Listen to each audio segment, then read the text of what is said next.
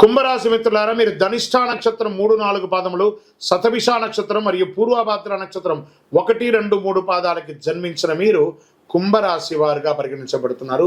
ఈ యొక్క విశ్వావసునామ సంవత్సరం మీకు శుభాశుభ ఫలితాలు ఎలా ఇస్తుందని చూస్తే, ఈ సంవత్సరం శని మీ యొక్క జన్మం నుంచి మీనంలోకి మారుతున్నారు. అంటే సాడెసాత్ యొక్క 3వ దశలో మీరు వస్తున్నారు. 2 దశలు అనుభవించి 3వ దశలోకి వచ్చేసారు. అంటే పాదశనిగా మారబోతుంది. వీరికి సంవత్సరం శని జన్మ ద్వితీయ రాశులతో సంచరించే మిక్కిలి శ్రమకరంగా ఉంటుందని కూడా చెప్పవచ్చు. ఇదేదో మీకు బాగా ఉంటుంది, బాగా లేదని చెప్పడం కాదు. ఒక గ్రహం బాగా లేకపోయినా మిగతా గ్రహాలు బాగున్నాయి, అవి కూడా చెప్పుకుంటూ వస్తాను. ఏ కార్యంలో సానుకూలంగానికి చాలా ఇబ్బందిగా ఉంటుంది. వృధా కార్యక్రమాలు ఏందో అలసట, భార్యపుత్రాది స్వజన విరోధములు, ఆరోగ్య లోపములు జరిగే అవకాశాలు ఉన్నాయి. అకారణ కలహములు అయ్యే అవకాశాలు ఉన్నాయి. పాప చింతన కలిగే అవకాశం ఉన్నాయి. చైత్ర వైశాఖమునందు, కార్తీక మార్గశిరమునందు గురువు చతుర్థ షష్ఠ రాశులందు సంచరించినప్పుడు బుద్ధి చాంచల్యం, తేజోహాని, ప్రవాసం, బంధుమూలక వ్యధ కలుగును. శత్రుజ్ఞాత బాధలు, చోర రోగ బాధలు అధికమయ్యే అవకాశం ఉన్నాయి. ఉద్యోగస్తులు ఇబ్బంది పెట్టే అవకాశం ఉన్నాయి.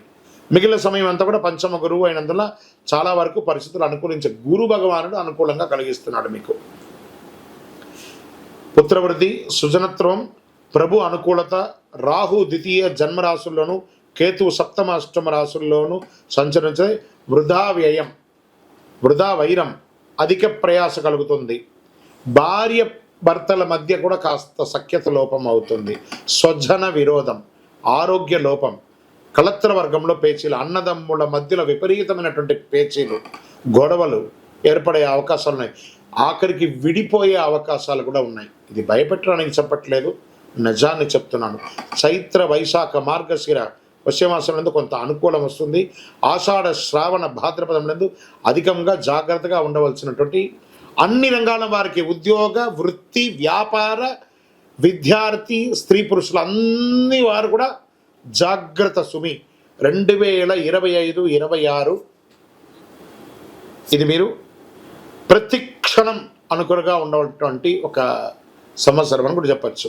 తర్వాత మన మాస ఫలితంలో ఆ మాసంలో ఎలా మార్పులు జరుగుతాయో చెప్తాను.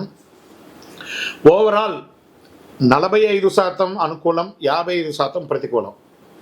అంటే మీరు ఎక్కడున్నారో ఒకసారి మీరు ఊహించుకోండి. మీరు మనం నడిచి వెళ్ళే దారిలో ఒక స్పీడ్ బ్రేకర్ ఉందంటే, తెలిసిందంటే మనం జాగ్రత్త పడతామా లేదా అలా ఎక్కి కింద పడిపోతాం కదా. కుంభరాశి మిత్రులారా, చాలా జాగ్రత్తగా ఉండాలి. ప్రత్యేకించి ఆరోగ్యం పట్ల శస్త్రచికిత్స అయ్యే అవకాశాలు కూడా ఉన్నాయి. వాహన ప్రమాదాలు కూడా అయ్యే అవకాశాలు. ఏంటి గురుగారు మీరు ఇలా చెప్తున్నారు అని అంటే, చెప్పకపోతే దోషం, చెప్పాను కాబట్టి జాగ్రత్త పడండి. ఇది మాత్రం నేను మీకు చెప్పగలను. నక్షత్ర పరంగా ధనిష్ఠా వారికి ఆషాఢ బహుళం నుండి సంవత్సరాంతం వరకు నైదన తారయందు కేతు సంచారం. శతభిష వారికి మార్గశిర శుక్లం నుండి సంవత్సరాంతం వరకు జన్మతారయందు రాహు, ఆషాఢ బహుళం నుండి సంవత్సరం వరకు కేతు సంచరిస్తున్నారు.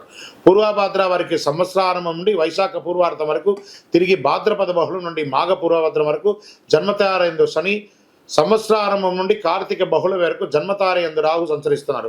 మొత్తం మీద మీరు ఈ సంవత్సరం చాలా జాగ్రత్తగా ఉండాలి. నవగ్రహ శాంతి చేయాలి. శని భగవాన్ని ప్రార్థన చేయాలి. దేహి మే బుద్ధి వైశిష్ట్యం, దేహి మే నిత్య యవ్వనం, దేహి మే పరమానందం, దేవదేవ శనీశ్వర, స్వామి భగవానుడా, శని భగవానుడా, నువ్వే మాకు దిక్కు, వేరే గతి లేదు, సర్వస్య శరణాగతి. ఇలా పొందండి. మీ ఇష్ట దైవాన్ని ప్రార్థన చేయండి. వెంకటేశ్వర స్వామి వారిని స్తుతించండి.